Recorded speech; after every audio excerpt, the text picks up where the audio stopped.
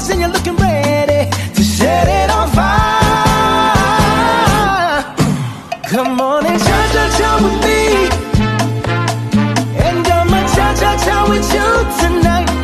I like it like that. She working that back. I don't know how to act. Assalamualaikum warahmatullahi wabarakatuh. Halo teman-teman, perkenalkan saya Nafira Mubarakah dengan NIM 201241117. Di sini saya akan mempresentasikan buku scrapbook saya dengan tema langkah-langkah regulasi emosi. Di sini saya membuat scrapbook ini untuk tugas kuliah ujian tengah semester mata kuliah bimbingan konseling dengan Mentari sebagai dosen pengampu bimbingan konseling. Pada halaman pertama, ini ada profil saya, yaitu saya sendiri Nafira Mubarakah. Lalu pada halaman selanjutnya menjelaskan tentang pengertian emosi. Jadi sebelum kita mengetahui langkah-langkah regulasi emosi, kita harus tahu apa itu emosi. Jadi emosi adalah reaksi perasaan yang muncul ketika seseorang menghadapi suatu peristiwa atau pengalaman tertentu. Emosi membantu kita memahami apa yang sedang terjadi dalam diri kita dan bagaimana kita merespon lingkungan sekitar. Jadi emosi adalah reaksi dari diri kita ketika kita mengalami suatu kejadian. Nah, emosi itu dapat berupa rasa senang, sedih, marah, takut, kecewa, malu, atau cemas. Semua emosi itu adalah hal yang wajar dan dimiliki oleh setiap manusia. Nah, fun fact-nya, pada satu hari itu kita bisa mengalami berbagai emosi, jadi nggak cuma satu. Pada halaman selanjutnya itu ada jenis-jenis emosi. Di sini saya membuat seperti ini.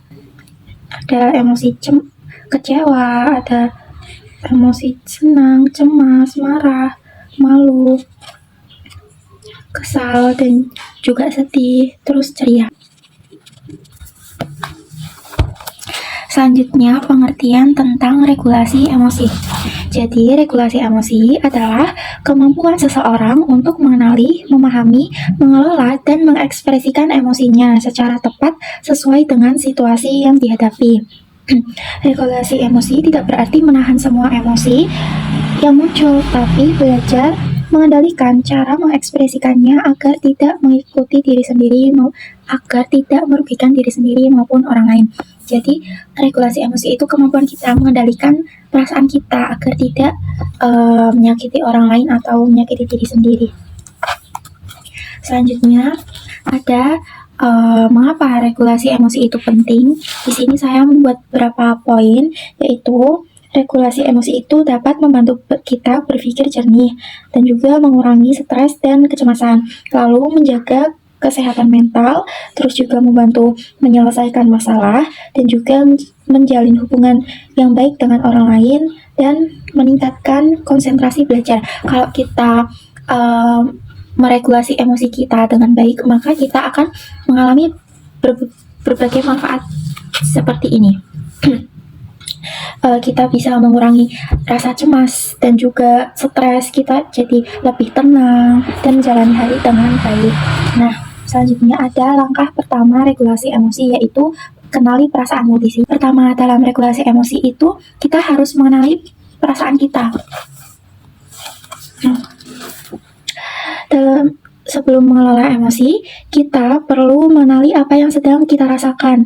Dengan memahami perasaan yang muncul, kita akan lebih mudah untuk merespon situasi tersebut. Jadi kita tahu apa yang aku rasakan saat ini. Terus nanti kalau kita udah tahu apa yang kita rasakan, maka kita akan mudah dalam mencari solusinya.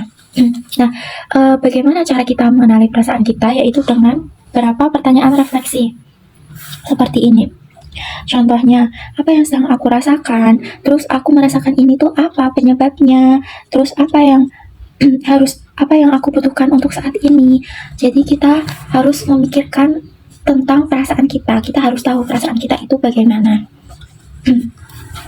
Lalu langkah kedua adalah kita harus menenangkan diri. Jadi kita gak boleh meledak-ledak emosinya.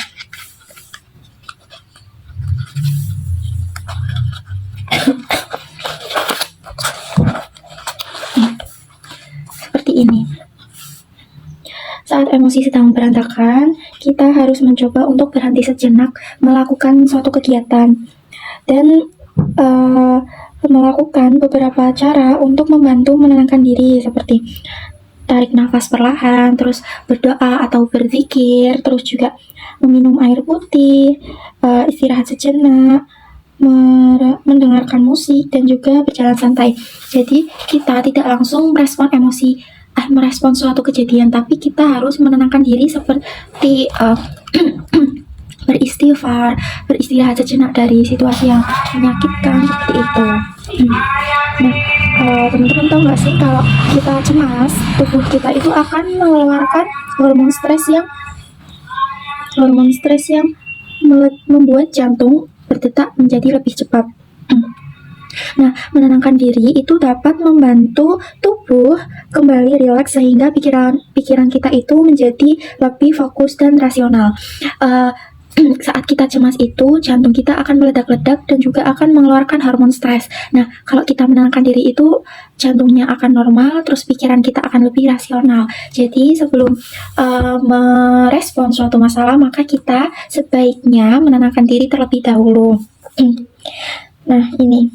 Saat pikiran tenang, solusi itu menjadi lebih mudah ditemukan. Reminder untuk diri sendiri itu, aku tidak harus langsung bereaksi. Aku boleh berhenti sejenak, menenangkan diri, lalu memilih respon yang baik. Nah, respon yang baik itu seperti apa? Nah, itu lanjut langkah ketiga, yaitu ekspresikan dengan cara yang sehat. Jadi kita harus mengekspresikan emosi kita dengan memberi respon yang sehat. Nah, cara yang sehat itu bagaimana? Ini di sini ada cara yang salah, yang tidak sehat, dan juga ada cara yang sehat. Cara yang tidak sehat adalah membentak, menghina, menyalahkan orang lain. Itu cara yang tidak sehat, tidak boleh, karena dapat merugikan orang lain dan juga diri sendiri. Lalu cara yang sehat adalah dengan curhat dengan teman, terus atau juga menulis jurnal, menggambar, berkonsultasi dengan guru BK. Jadi cara yang sehat itu kita meresponnya itu memberi respon itu dengan cara yang baik, cara yang tidak merugikan diri kita sendiri atau orang lain. Contohnya menulis jurnal seperti ini, kita bisa membuat seperti ini agar pikiran kita itu menjadi lebih tenang. Selanjutnya langkah keempat. Langkah keempat adalah cari solusi.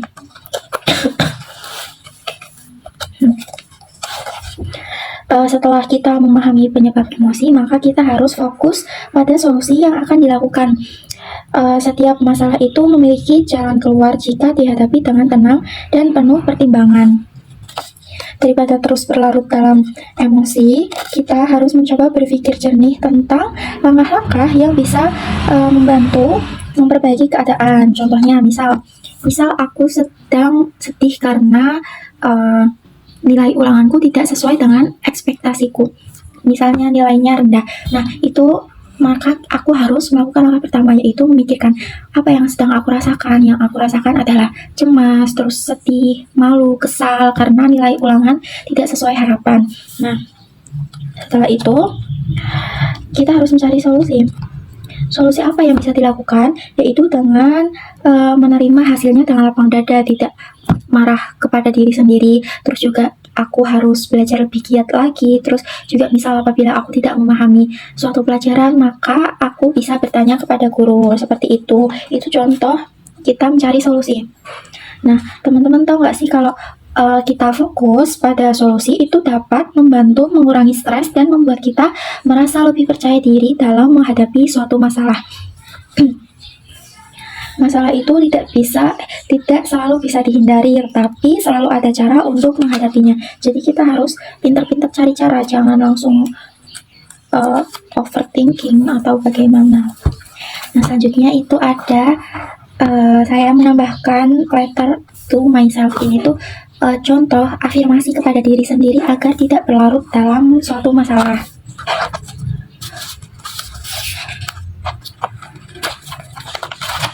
Ini contoh surat untuk diri sendiri. Akan saya bacakan.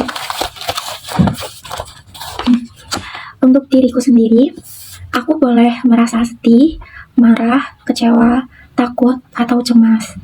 Semua perasaan itu adalah bagian dari perjalanan hidupku.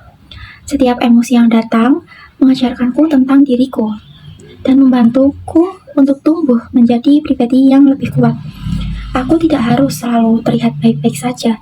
Aku juga tidak harus menjadi sempurna. Yang terpenting adalah aku terus belajar memahami perasaanku, mengelola emosiku dengan bijak, dan bangkit setiap kali menghadapi kesulitan. Aku percaya bahwa setiap tantangan akan berlalu, setiap kesalahan dapat menjadi pelajaran, dan setiap hari adalah kesempatan untuk menjadi lebih baik dari hari sebelumnya. Terima kasih karena sudah bertahan sejauh ini. Tetaplah berani, tetaplah berusaha, dan jangan lupa untuk menghargai dirimu sendiri. Aku kuat, aku berharga, aku mampu melewati setiap tantangan yang datang. Itu contoh surat untuk mengafirmasi diri sendiri untuk agar aku itu tidak berlarut dalam masalah dan agar tidak memilih jalan yang salah. Jadi aku terus menyemangati diriku sendiri agar tidak banyak sedih, tidak banyak marah seperti itu, agar aku tuh menjadi pribadi yang lebih baik setiap harinya. Ini suratnya bisa dimasukkan lagi. Lalu scrapbook aku udah sampai pada halaman terakhir. Terima kasih sudah menonton. Mungkin itu yang bisa saya sampaikan dalam presentasi kali ini. Kurang lebihnya mohon maaf. Terima kasih. Wassalamualaikum warahmatullahi wabarakatuh.